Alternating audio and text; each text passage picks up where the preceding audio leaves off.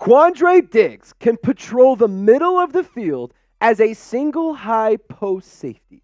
He did that often in his first 2 seasons with the Seattle Seahawks, as Seattle was still a heavy cover 3 defense.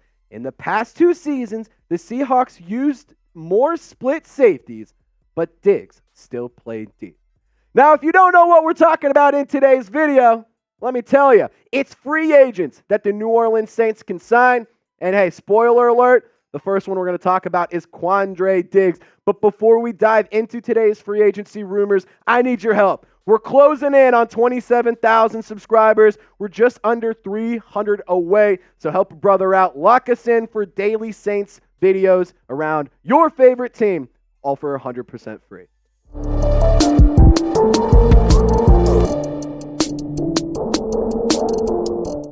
So here are the free agents that we're going to be discussing in today's video. Quandre Diggs, like we mentioned off the top of this video, he could be an interesting fit. Justin Simmons, another safety that I would love the New Orleans Saints to go explore, and I know I'm not alone in that thought. Chris Hubbard and Mekhi Becton are offensive tackle options. They're not sexy options nonetheless, though. And of course, can't have a free agency video without talking about Hunter Renfro. Let's kick it off with Quandre Diggs, though, kicking it back to the 33rd team. Last year, just kind of looping that original quote back to the Saints.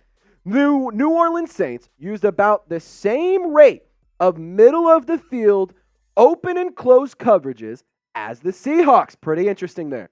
But the Saints were more aggressive in their single high coverages with one of the highest rates of cover 1. Last season, New Orleans was forced to use Tyrann Mathieu as their deep safety, though his strengths are better used when moving around the defense. I actually kind of agree with that. I think that Tyrann Mathieu is really effective in a lot of different ways, but I think he's most effective when you can kind of just let him do anything. But back to the quote. With Marcus Maye and Lonnie Johnson gone, the Saints now have a hole at safety next to Tyrann Mathieu. Now, the Saints did bring back Jonathan Abram. That was a move that was expected, and they did bring him back in free agency. But kicking it to Quandre Diggs, I think that this would be an actually decent option here. I mean, Quandre Diggs is a veteran in this league. He also has decent coverage stats. You can see him on your screen right there. Only allowed 1 touchdown, less than 300 yards, or less than 250 yards last year for Diggs in Seattle. And I think that he could be a really good fit. And maybe you can get him at a little bit cheaper of a price tag. But if you want to go spend the money, why would you go explore Justin Simmons? Why would you go and pay a king's ransom for this kind of player? Well, because he's another quality veteran that you can have mentor Jordan Howden and play alongside Tyrann Mathieu. And one of the things that I love about Howden and Simmons is how versatile they both are. We already saw the Saints utilize Howden in multiple different spots as a safety. He lined up in a lot of different areas deep. He lined up in the box. He lined up all over the place. Justin Simmons can do that too. And at the end of the day, you need a guy who can play in the box / that slot position because you haven't really had a guy since C.J. Gardner-Johnson left. And Alontae Taylor hasn't really panned out to be that box middle guy that you really wanted him to be. But I think Justin Simmons bringing him in can also allow Jordan Howden to open up a lot of opportunities. It can allow Tyrann Mathieu to just play on an island because he doesn't have to cover as much of the field because you have a reliable guy in Justin Simmons. In the screen, and on your screen, the production speaks for itself. Simmons has led the league in interceptions since joining the NFL after getting drafted, and he's a really freaking good football player. I would love Justin Simmons to be a New Orleans Saint. But at the end of the day, this isn't Trizzy Sports. This isn't Trey Sports. This is Chat Sports. So I want to chit-chat with you and I want to have a conversation. Would you rather have Justin Simmons or Quandre Diggs? Just give me a JS for Simmons, a QD for Diggs. Let me know what you think in the comment section. And while you're down there, I encourage you to look for the link for our Game Time app and the information I'm about to tell you. Because if you use our promo code CHATSPORTS, that's CHATSPORTS, you get $20 off your first purchase. Now, basically, to me, that's saying, hey, Maddie, you want to go to Stars game? Let's go to a Star. Or hey, let's go get tickets to an LSU football game. Or why don't we go to a Pelicans game because they're about to start their playoff run? Why don't we go do that? And Maddie says, perfect, let's go do it. And I say, hey, Maddie, Even better, I'm boyfriend of the year. I got you a t-shirt because I saved $20 thanks to the Game Time app. I was going to spend the money anyway, but I wanted to treat my girl with something nice. Because of the Game Time app and because of the code CHATSPORTS, I was able to have a little extra money to spend while I was at my favorite live events. And it's not just sports. It's also comedy shows, concerts, theater. My point being, if it's a live show, you can get tickets from Game Time. So download the Game Time app, create an account, and use code CHATSPORTS for $20 off. Terms do apply. But once again, download the Game Time app, use promo code CHATSPORTS for $20 off. All that information is in the comment section and description of this video. All right, let's have the conversation that we all don't want to have, but it's a necessary conversation. What the hell are we doing with the offensive line? I mean, who on God's green earth are going to be your starting tackles? Because Trevor Penning, jury might still be out, to be fair. He has been a bust up to this point. Ryan Ramczyk has virtually no cartilage left in his knee. So he might retire. That's a very real possibility the Saints need to prepare themselves for. You brought in Oli Udoh, decent swing tackle kind of guy, played with Minnesota for a little bit. Nick Saldiveri, traded up to go and get him last year, and he does offer some versatility. Maybe he can be a decent player. But at the end of the day, you need an offensive tackle. And I'm going to be honest, you need to get one in free agency and one in the draft. Now, for me personally, I'm not as high on the idea of Mekhi Becton as I am Chris Hubbard. I think Becton does have some qualities that are interesting, but he just hasn't panned out and hasn't been the caliber of player that people wanted him to be and that the Jets specifically wanted to be coming out of college. The PFF grades, they highly favor Chris Hubbard. And one thing about Mekhi Becton that really just rubs me the wrong way, giggity, it's those 50 pressures. I don't like that.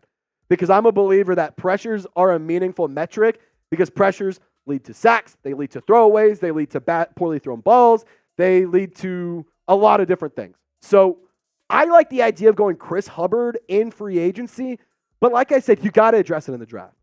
And I think that you have to go and get one of these guys. One of these players has to be a draft pick by the New Orleans. More than likely, it's a first-round pick. Olu Fashanu, hot take, might be the best offensive lineman in the draft this year. Joe Alt, he is a bona fide, just blue blood through and through, starter day one offensive tackle that will make a big impact. I also think Olu Fashanu has some really good qualities, and he's a really smart player, and he comes from the Big Ten where, to be honest, they are putting out offensive linemen like LSU's putting out wide receivers.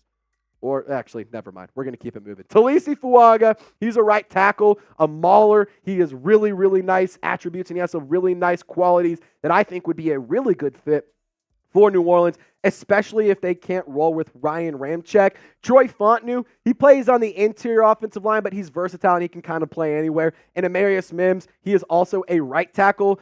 Fuaga and Mims specifically, they have only/predominantly taken right tackle snaps.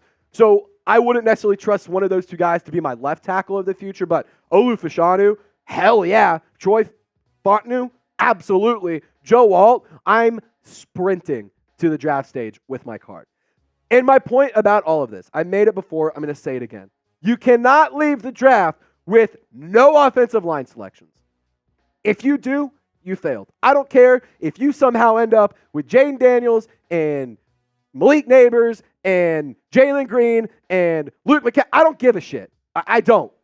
If you don't somehow bring in an offensive lineman, bad draft.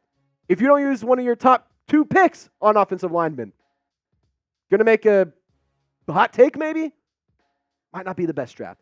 Its offensive line group is deep, so you can find talent in every pick, but I don't want to wait from round 2 to round 5. That's just not something I'm interested in doing. So that's where I am kind of in the boat of you got to go and do this in both ways. So where would you rather build the offensive line? Through the draft or through free agency? Just type D for draft or FA for free agency. Let me know in the comment section. If you're with me and you think both, feel free to say both as well. But let's talk about Renfro. Like I said, can't talk about free agency buzz without Hunter Renfro being mentioned. The Saints still need to add to their wide receiver group, and I do think that they're not done adding to it. I think that they're going to draft a guy. I think that they're going to add some UDFAs, and I also think that a player like Hunter Renfro does make a lot of sense. And Derek Carr, kind of speaking, just everyone knows this. There's chemistry and there's familiarity between Carr and Renfro. Everyone remembers third and Renfro. That was a very real connection that they had.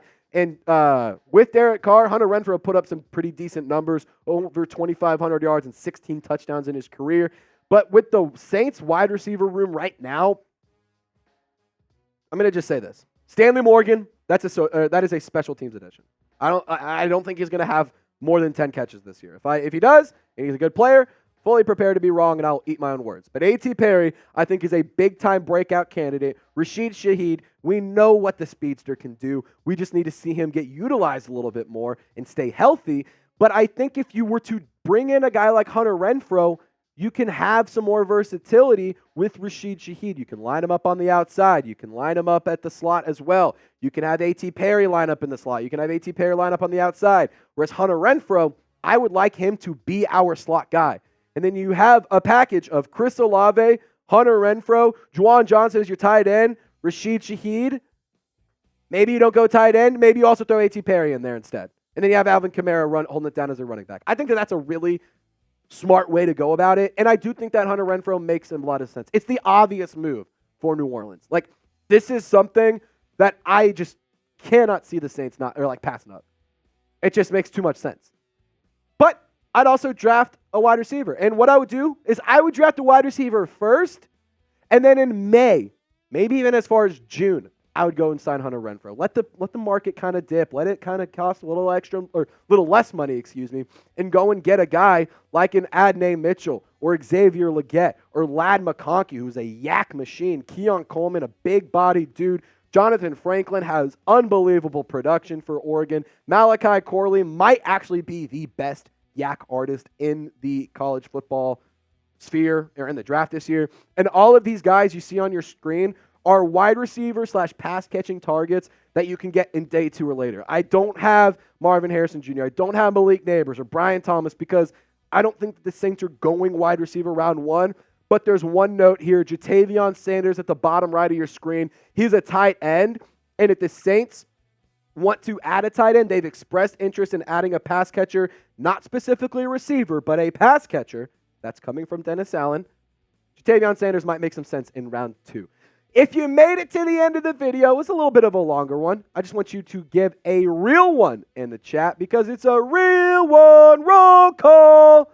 So show me you're a real one by giving me a real one in the chat. And as always, Saints fans, y'all stay golden. We'll see you next time.